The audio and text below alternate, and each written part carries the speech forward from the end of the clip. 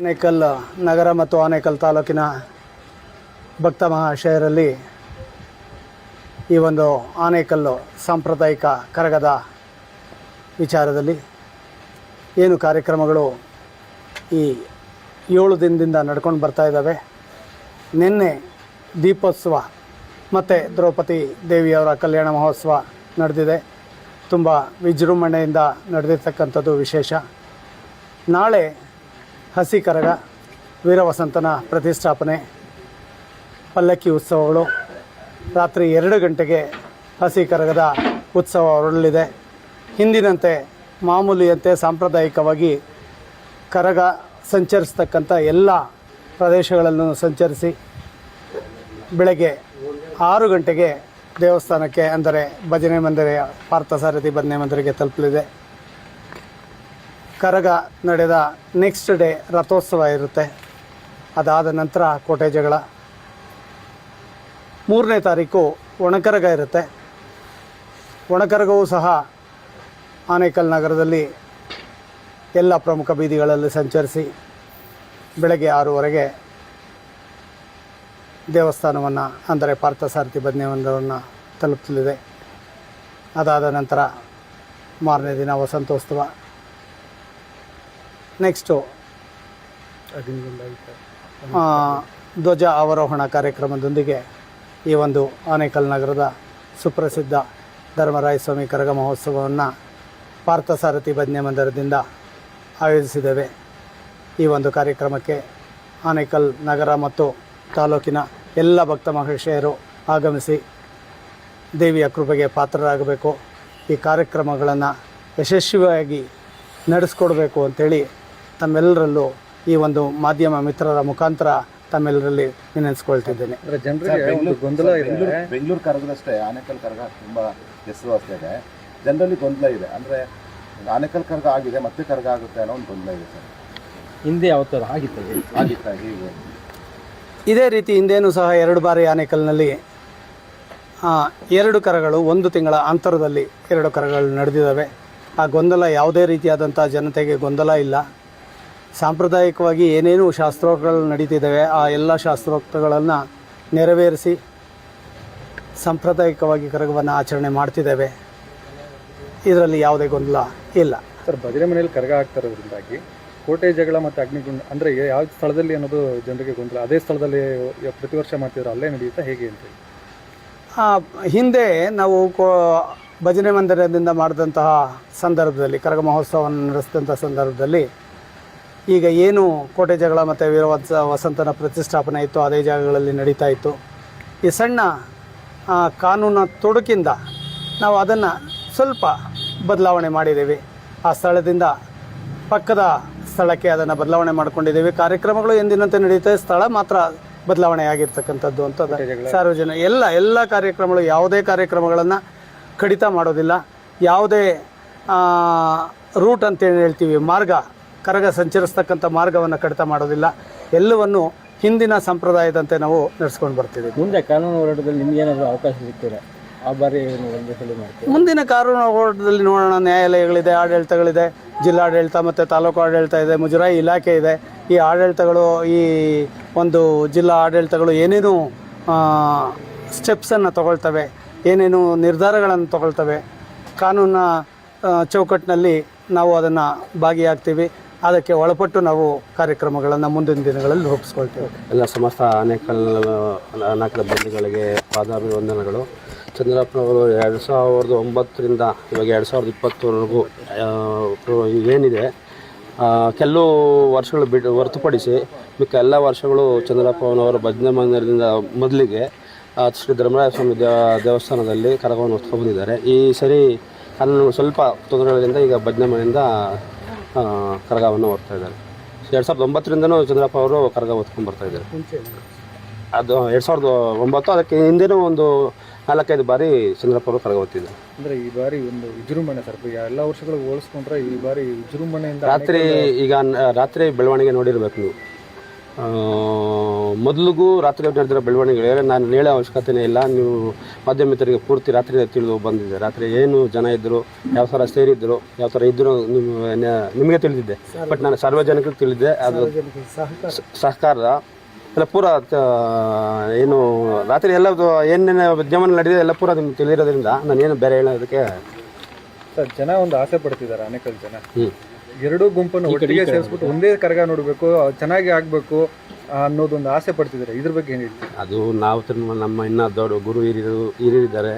ನಾವು ಇನ್ನೂ ಯೋಚನೆ, ಅವರು ಸಮಾಲೋಚನೆ ಕೂತು ಯೋಚನೆ ಮಾಡಿ ಅವ್ರು ತೀರ್ಮಾನ ತೊಗೊತಾರೆ. ನಾವು ಇನ್ನೂ ಸಣ್ಣ ಹುಡುಗರು, ನಾವು ಅದ್ರ ಬಗ್ಗೆ ಎಲ್ಲ ಮಾತಾಡೋಕ್ಕೂ ಆಗೋದಿಲ್ಲ. ಇದರಿಂದ ಇನ್ನೂ ದೊಡ್ಡ ನಮ್ಮ ಹಿರಿಯಿದ್ದಾರೆ, ಯಜಮಾನರಿದ್ದಾರೆ, ಗೌಡ್ರಿದ್ದಾರೆ, ಇನ್ನು ನಮ್ಮ ಯಜಮಾನಪ್ಪನೋ ನಂಜುಂಡಪ್ಪನವ್ರು ಹಿರಿಯಿದ್ದಾರೆ, ಇನ್ನು ಸುಮಾರು ಜನ ಇದ್ದಾರೆ. ಅವರೆಲ್ಲ ಕೂತು ಸಮಾಲೋಚನೆ ಮಾಡಿ ಅವ್ರು ಏನು ನಿರ್ಧಾರಗಳು ತಗೊಂತಾರೆ ಆ ನಿರ್ಧಾರಗಳ ಮೇಲೆ ನಾವು ಮುಂದೆ ಹೋಗ್ತೀವಿ. ಹಸಿ ಕರಗ ಯಾವಾಗ ಒಂದು ಕರಗ ಕೊಟ್ಟಿದ್ದೀವಿ? ಹಸಿ ಕರಗ ಬಂದು 30ನೇ ತಾರೀಕು 2:30 ಇರುತ್ತೆ, 2 ಗಂಟೆಗೆ. ಒಣ ಕರಗ ಬಂದು 3ನೇ ತಾರೀಕು ಸೇಮ್ ಅದೇ ಏನಿದೆ ಆ ಟೈಮಲ್ಲಿ ಇರುತ್ತೆ. ಕೊಟ್ಟೆಜ್ಜಗಳು ಬಂದು 29ನೇ ತಾರೀಕು ಇರುತ್ತೆ, 2ನೇ ತಾರೀಕು ಇರುತ್ತೆ. ಏನು ಹೇಳ್ತೀರಿ ಜನಕ್ಕೆ ಏನು ಹೇಳೋದಂತಾರೆ, ಈ ರಾತ್ರಿ ಏನು ನಮಗೆ ಸಹಕಾರ ಕೊಟ್ಟರು ಸೇಮ್ 30ನೇ ತಾರೀಕಾಗಲಿ 3ನೇ ತಾರೀಕು ಇನ್ನೂ ಹೆಚ್ಚು ಸಂಖ್ಯೆಯಲ್ಲಿ ಭಾಗವಹಿಸಿ ಅದೇ ಕೃಪೆಗೆ ಪಾತ್ರ ಆಗಬೇಕು ಅಂತ ಕೇಳ್ಕೊಳ್ತಾ ಇದ್ದೀವಿ. ಆರಾಧ್ಯ ದೇವತೆ ಶ್ರೀ ದ್ರೌಪದಿ ದೇವಿ ಮತ್ತು ಧರ್ಮರಾಯ ಸ್ವಾಮಿ ಕರಗ ಮಹೋತ್ಸವವನ್ನು ಸ್ವಲ್ಪ ಮುಂದೆ ಪ್ರಾರ್ಥಸಾರ್ಥಿ ಭಜನೆ ಮಂದಿರದಿಂದ ವಹಿನಿಕುಲ ಜನಾಂಗ ನಾವೇನಿದ್ದೀವಿ ಅದು ಈ ಬಾರಿ ಆಚರಣೆ ಮಾಡ್ತಾಯಿದ್ದೀವಿ. ಹಿಂದೆ 1998ರಲ್ಲೂ ಸಹ ನಾವು ಇಲ್ಲಿಂದ ಆಚರಣೆ ಮಾಡಿದ್ದೀವಿ. ಅದಕ್ಕೆ 2009ರಲ್ಲಿ ಧರ್ಮರಾಯ ಸ್ವಾಮಿ ದೇವಸ್ಥಾನದಲ್ಲಿ ನಾವೆಲ್ಲ ಹೋಗಿ ಅಲ್ಲೇ ಈ ಚಂದ್ರಪ್ಪನವ್ರ ಮುಖಾಂತರ ವಹಿನಿಕುಲ ಸೇವಾ ಜನಾಂಗ ಎಲ್ಲ ಸೇರಿ ಧರ್ಮರಾಯ ಸ್ವಾಮಿ ದೇವಸ್ಥಾನದಲ್ಲಿ ನಾವು ಕರಗ ಮಹೋತ್ಸವವನ್ನು ಆಚರಣೆ ಮಾಡಿದ್ದೀವಿ. ಹಾಗಾಗಿ ಕೆಲವು ಕಾನೂನು ತೊಡಕುಗಳಿಂದ ಮತ್ತೆ ಪುನಃ ಇಲ್ಲೇ ನಾವು ಈ ಕರಗ ಮಹೋತ್ಸವವನ್ನು ಆಚರಣೆ ಮಾಡಬೇಕಾಯಿತು.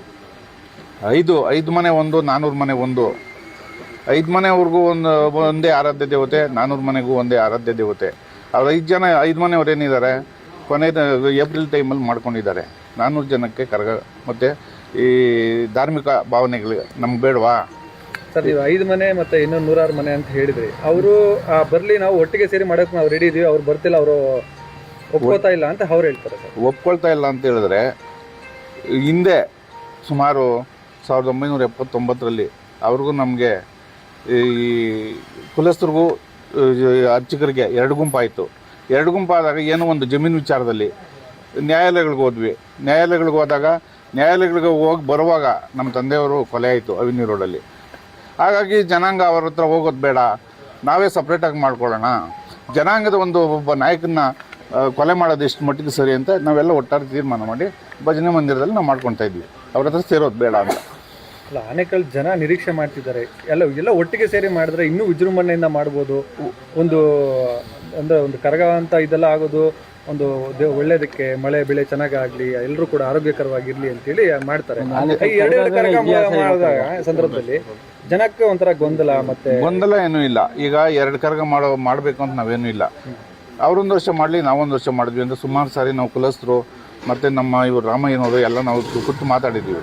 ಅವರಿಲ್ಲ, ನಮ್ಮದು ವಂಶಪರಂಪರೆ ಪ್ರತಿಷ್ಠೆ, ಜನಾಂಗದ್ದೇನೂ ಇಲ್ಲ, ಜನಾಂಗದ್ದೇನು ತೇರು ಕಟ್ಟೋದು, ದೇವ್ರರೋದು ಆ ಕೆಲಸ ನೀವು ಮಾಡ್ಕೊಂಡೋಗಿ, ಈ ಕರಗ ಹೊರೋದಕ್ಕೂ ನಿಮಗಿಲ್ಲ ಅಂತ ಅವ್ರ ಭಾವನೆ. ಈ ಕರಗ ಹೊರೋ ಅಂತ ಒಂದು ಇದು ಏನಿದೆ ಒಳಗಡೆ ಕೆಲಸ, ಅದು ಪ್ರತಿಯೊಬ್ಬ ವೈನಿಕುಲ ಜನಾಂಗಕ್ಕೆ ಅದೆಲ್ಲ ಅದು ರಕ್ತದಲ್ಲೇ ಬಂದ್ಬಿಟ್ಟಿರುತ್ತೆ. ಅವ್ರದ್ದೇ ಅಂತೇನೂ ಇಲ್ಲ, ಇಡೀ ಜನಾಂಗದ್ದು. ಈ ಕರಗ ಅನ್ನೋದು ಈ ತಿಂಗಳ ಜನಾಂಗದ ಅದು ಒಂದು ಧಾರ್ಮಿಕ ಭಾವನೆ. ಅದು ಅಂದ್ರೆ ಒಟ್ಟಾಗಿ ಕರಗ ಮಾಡೋಣ ಅಂತ ಅವ್ರೇನೋ ಇದು ಮಾಡ್ತಿದ್ದಾರೆ, ಅಂದ್ರೆ ಒಟ್ಟಾಗಿ ಸೇರ್ ಮಾಡೋದಿಲ್ಲ. ಒಟ್ಟಾಗಿ ನಾವು ಸೇರ್ ಮಾಡ್ತೀವಿ. ಯಾವ ರೀತಿ ಅಂದಾಗ ಅವರೊಂದು ವರ್ಷ ನಾವು ಆದಾಗ ಮಾತ್ರ ಸೇರ್ ಮಾಡೋದಕ್ಕೆ ನಾವು ಬದ್ಧರಾಗಿದ್ದೀವಿ. ಅವ್ರೇನು ಇಲ್ಲ, ಕೇವಲ ಜಮೀನು ಹೊಡೆಯೋದಕ್ಕೋಸ್ಕರ ಅಷ್ಟೇ ಇಷ್ಟೆಲ್ಲ ನಾಟಕಗಳು. ಅಂದ್ರೆ ಮುಂದೆ ಕಾನೂನು ಹೋರಾಟ ಇದ್ದೇ ಇರ್ತದೆ. ಕಾನೂನು ಹೋರಾಟ ಏನೂ ಇಲ್ಲ. ಹೈಕೋರ್ಟಲ್ಲಿ ಈಗ ಏನಾಗಿದೆ, ಅರ್ಚಕರಷ್ಟೇ ಮಾಡಬೇಕು. ಅರ್ಚಕರು ಏನು ಪೂಜೆ ಮತ್ತು ಕರಗ ಮಾಡಬೇಕು ಅನ್ನೋದು ಬಿಟ್ಟರೆ, ಅಥವಾ ವಹಿನಿಕುಲ ಜನಾಂಗ ಅಲ್ಲಿ ಎಂಟ್ರಿಫಿಯರ್ ಆಗಬಾರ್ದು, ಅಲ್ಲಿ ಇದು ಪೂಜೆ ಮಾಡಬಾರ್ದು ಅಂತ ಯಾವುದೇ ಆದೇಶ ಇಲ್ಲ. ಎರಡನೇದಾಗಿ ಆ ಬಲರಾಮನ ಮತ್ತು ಕೋಟೆ ಜಾಗಕ್ಕೆ ಬಂದಾಗ ಎಲ್ಲಿದೆ, ಅದು ದೇವಸ್ಥಾನದ ಜಾಗ ಅಲ್ಲ, ಅದು ದೇವಸ್ಥಾನದ ದಾಖಲೆ ಮುನ್ಸಿಪಲ್ ಜಾಗ ಅಂತ ಹೇಳಿದಾಗ ದೇವಸ್ಥಾನದ ದಾಖಲೆಗಳು ಎಲ್ಲೂ ಇಲ್ಲ. ಅದು ವಹಿನಿಕುಲ ಜನಾಂಗ ಅಲ್ಲಿ ಹೋಗಬಾರ್ದು ಅಂತೂ ಎಲ್ಲೂ ಇಲ್ಲ, ಅಬ್ಸರ್ವೇಷನ್ ಇಲ್ಲ. ಇವ್ರು ಯಾರು ಕೇಳೋದಕ್ಕೆ? ಅದು ರಮೇಶ್ ಅವರು ಬಿಟ್ಟು ಏನೋ ಅವ್ರು ಸಂಬಳ ತಗೊಳ್ತಾರೆ, ತಸ್ತಿಕ್ ಅಮೌಂಟ್ ತಗೊಳ್ತಾರೆ, ಪೂಜೆ ಮಾಡ್ತಾರೆ. ಕಾಂಪಿಟೆಂಟ್ ಅಥಾರಿಟಿ ಯಾರು? ತಹಶೀಲ್ದಾರ್. ರಮೇಶ್ ಅವ್ರ ತಸ್ತಿಕ್ ಅಮೌಂಟ್ ತಗೊಳಲ್ಲ, ಅರ್ಜುನ ಅಲ್ಲ ಇರ್ಲಿ, ಅವ್ರ ತಾತ ಆಗ್ಲಿ ಅವ್ರ ಅಪ್ಪ ಆಗ್ಲಿ ಅವ್ರ ಒಬ್ರು ತಸ್ತಿಕ್ ಅಮೌಂಟ್ ತಗೊಂಡಿದ್ದಾರೆ. ತಸ್ತಿಕ್ ಅಮೌಂಟ್ ತಗೊಂಡಾಗ ಅವ್ರದ್ದೇನಿದೆ ಪೂಜೆ ಮಾಡು, ನೀನು ಹೊರಗಡೆ ಹೋಗು. ಅದಕ್ಕೆ ತಾಲೂಕು ದಂಡಾಟಿ ಕಾರ್ಯಗಳಿದ್ದಾರೆ, ನೋಡ್ಕೊಳ್ತಾರೆ. ನಮ್ಮನ್ನು ಕ್ವಶನ್ ಮಾಡೋದಕ್ಕೆ ಅವ್ರು ಯಾರು? ಬೆಂಗಳೂರು ಕರಗ ಇತಿಹಾಸ ಪ್ರಸಿದ್ಧ, ಅದೇ ರೀತಿಯಾಗಿ ಆನೇಕಲ್ ಕರಗ ಕೂಡ ಇತಿಹಾಸವನ್ನು ಹೊಂದಿರುವಂಥದ್ದು. ಈ ಎರಡೆರಡು ಸಲ ಮಾಡಿದಾಗ ಆ ಒಂದು ಇತಿಹಾಸ ಒಂದು ಇದನ್ನ ಕಳ್ಕೊಳ್ಬಿಡೋದಿಲ್ವಾ ಅಂತೇಳಿ ಆ ಒಂದು ಪವಿತ್ರತೆ. ಅದೇ ಈಗ ಹೇಳಿದ್ನಲ್ಲ, ಈಗ 400 ಮನೆಗೆ ನಮಗೂ ಕರಗ ಬೇಕು, ಅದು ಆರಾಧ್ಯ ದೇವತೆ, ನಾವು ಜನಾಂಗ ಪೂರ್ತಿ ಪೂಜೆ ಮಾಡಬೇಕು. ಇಲ್ಲಾಂದರೆ ಕಷ್ಟಗಳು ಮನೆಗಳಲ್ಲಿ ಇಲ್ದಿದ್ದ ಪ್ರಾಬ್ಲಮ್ಗಳಾಗುತ್ತೆ. ಅವ್ರು 5 ಮನೆ ಮಾಡಿಬಿಟ್ಟು ನಾವು 400 ಮನೆ ಮಾಡಿಲ್ಲ ಅಂದರೆ ಇಷ್ಟು ಸರಿ. ಅದಕ್ಕೆ ಕಾಲನಿಯಮಿತವಾಗಿ ನಾವು 2 ಕರಗ ಮಾರಬೇಕಾಯ್ತು ಅಷ್ಟೇ. 400 ಮನೆ 5 ಮನೆ ಬಿಟ್ಬಿಟ್ಟಿದ್ದಾರೆ. ಆನೇಕಲ್ ಕರಗ ಇತಿಹಾಸ ಪ್ರಸಿದ್ಧ. ಆನೇಕಲ್ ಕರಗ ಅಂತ ಇದನ್ನ ಒಪ್ಕೋಬೇಕಾ ಅದನ್ನ ಒಪ್ಕೋಬೇಕಾ? ಜನ ಕೇಳ್ತಿರೋದು. ಸಾರ್ವಜನಿಕರು ಯಾರು ಸರಿಯಾಗಿ ಮಾಡ್ತಾರೋ ಅದನ್ನ ಗುರುತಿಸ್ತಾರೆ. ಸಂಪ್ರದಾಯಗಳು ಮತ್ತು ನಿಯಮಗಳು ಯಾರು ಚೆನ್ನಾಗಿ ಮಾಡಿದ್ರೆ ಅದನ್ನ ಜನ ಒಪ್ಕೊಳ್ಬೇಕಾಗುತ್ತೆ. ನಮ್ಮ ಹೆಸರು ಅರ್ಜುನ್ ಅಂದ್ಬಿಟ್ಟು, ವೈನುಕುಲ ಸೇವಾ ಸಂಘದ ಮುಖ್ಯಮಂತ್ರು, ಇವರು ಅಧ್ಯಕ್ಷರು, ಇವರು ಗಂಟೆ ಪೂಜಾರಿಗಳು, ಇವರು ಕರಗವರವರು. ನಮ್ಮಲ್ಲಿ ಯಾವುದೇ ಗೊಂದಲ ಇಲ್ಲ, ನಾವೆಲ್ಲ ಒಟ್ಟಾಗಿ ಸೇರಿ ಕರಗ ಮಹೋತ್ಸವವನ್ನು ರಾತ್ಸಾದಿ ಭಜನೆ ಮಂದಿರದಿಂದ ಆಚರಣೆ ಮಾಡ್ತೀವಿ. Thank you.